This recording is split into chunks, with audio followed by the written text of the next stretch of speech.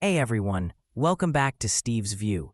Today we're diving deep into a big story that's been making headlines and stirring up a lot of debate.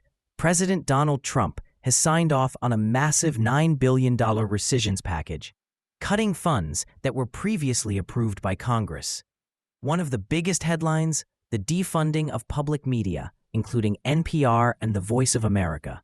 Let's unpack what happened, why it matters, and what it means for the future of public broadcasting in America and even U.S. influence around the world.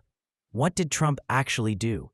On Friday, July 18, Trump signed a rescissions package slashing $9 billion in previously approved federal spending. Among the cuts, $1.1 billion that had been earmarked for the Corporation for Public Broadcasting, CPB. That's the organization that funds public broadcasters like NPR and PBS. This move effectively cancels all CPB funding for the 2026 and 2027 fiscal years. In other words, no more federal money for NPR and PBS for the foreseeable future. Trump has been vocal about his criticism of NPR. He's accused the organization of having a clear left-wing bias and pushing progressive narratives, especially during the 2020 and 2024 elections. He argues that taxpayer dollars shouldn't be used to support what he sees as ideologically driven journalism. This isn't out of the blue. Back in March, Trump signed an executive order that gutted funding for the U.S. Agency for Global Media, which oversees outlets like Voice of America and Radio Free Asia. That led to massive layoffs. VOA has lost about 85% of its staff and is barely operational today. How big of a deal is this for NPR and PBS? So here's some context. NPR receives only about 2% of its budget from CPB. So on paper, this might not seem like a huge hit. But the CPB also distributes federal funds to more than 1,500 local radio and TV stations, especially ones serving rural areas and underserved communities. For these local stations, CPB funding can make up 30% or more of their budget. If this money dries up, an estimated 18% of local NPR stations could shut down, mostly in the South, Midwest, and West. PBS, meanwhile, gets about 15% of its funding from CPB. Again, that might not seem catastrophic, but it's enough to threaten core programming and station operations in less affluent regions. One example. During Hurricane Helen in 2024, public radio was the only source of emergency information for thousands of people in North Carolina when power and internet went down. This shows how critical local public media can be. What about Voice of America? Voice of America is in a different situation. Unlike NPR, it's 100% government-funded. It broadcasts in nearly 50 languages to over 400 million people worldwide. Originally created during World War II to combat Nazi propaganda, VOA later became a major Cold War tool, promoting American values to people living under authoritarian regimes. Its legal framework emphasizes editorial independence, but it's still part of the federal government. Its entire annual budget, about $260 million, comes from federal funding. Since the Trump administration's cuts, VOA has lost most of its staff. Some speculate it could be shut down entirely or be reduced to a skeleton crew. Were NPR and VOA fulfilling their mission? This is where the debate heats up. Let's start with NPR. It was created to offer educational, cultural, and balanced news programming free from commercial interests. In its early years, NPR delivered on that promise with legendary shows like All Things Considered, Morning Edition, and Car Talk. Many Americans, myself included, grew up listening to NPR on long drives to work or school. But things have changed. In 2024, former NPR editor Uri Berliner published an eye-opening article titled, "I Worked at NPR for 25 Years. Here's How We Lost America's Trust." He revealed some pretty shocking stats. In 2011, NPR listeners identified as 26% conservative, 23% moderate, and 37% liberal, fairly balanced. But by 2023, only 11% were conservatives, while 67% identified as liberal. That's a dramatic shift, and one that reflects a narrowing ideological bubble. According to Berliner, NPR's coverage became increasingly skewed after Trump was elected in 2016. Instead of trying to understand his voters or present opposing views fairly, the network focused heavily on anti-Trump narratives. For example, it ran dozens of interviews with Representative Adam Schiff promoting the Trump-Russia collusion theory, only to barely mention the Mueller report when it failed to prove those allegations. Then there's the Hunter Biden laptop story in 2020.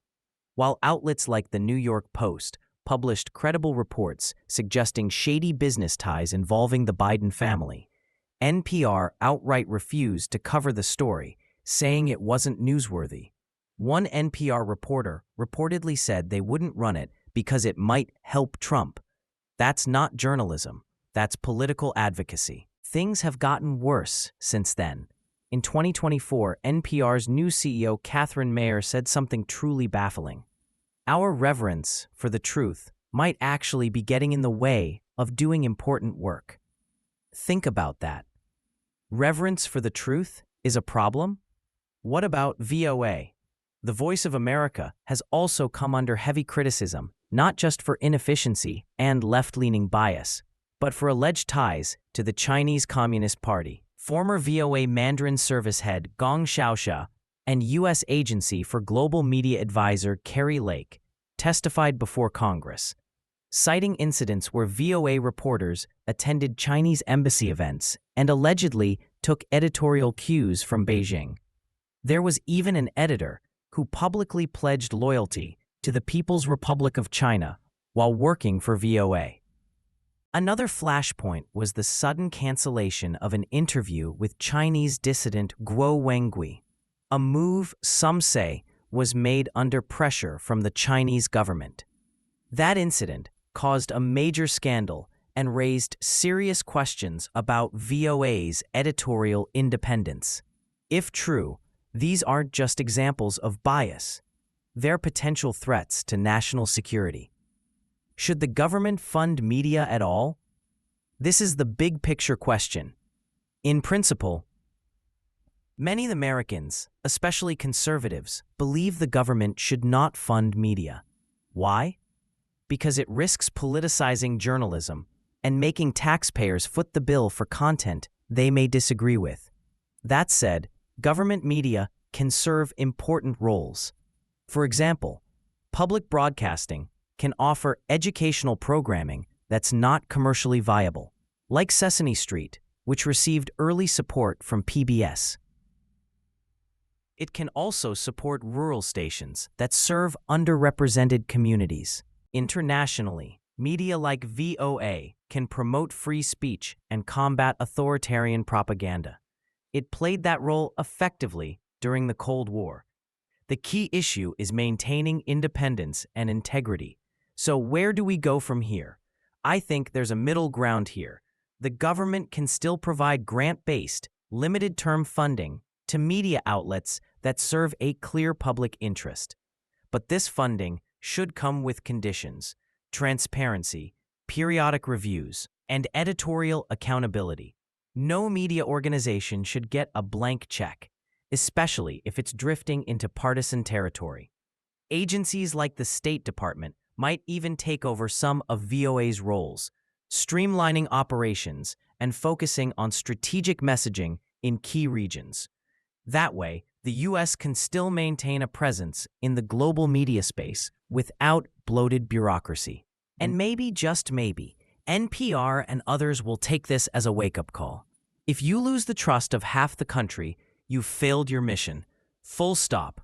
At last, here's my closing thoughts.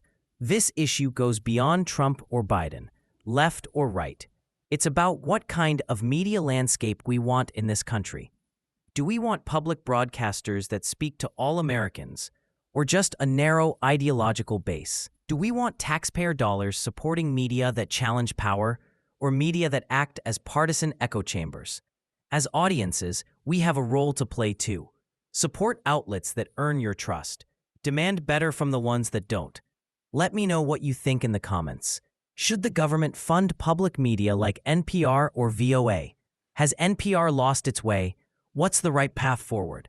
And as always, if you found this video helpful, give it a like, subscribe to the channel, and share it with friends. We've got more deep dives coming soon.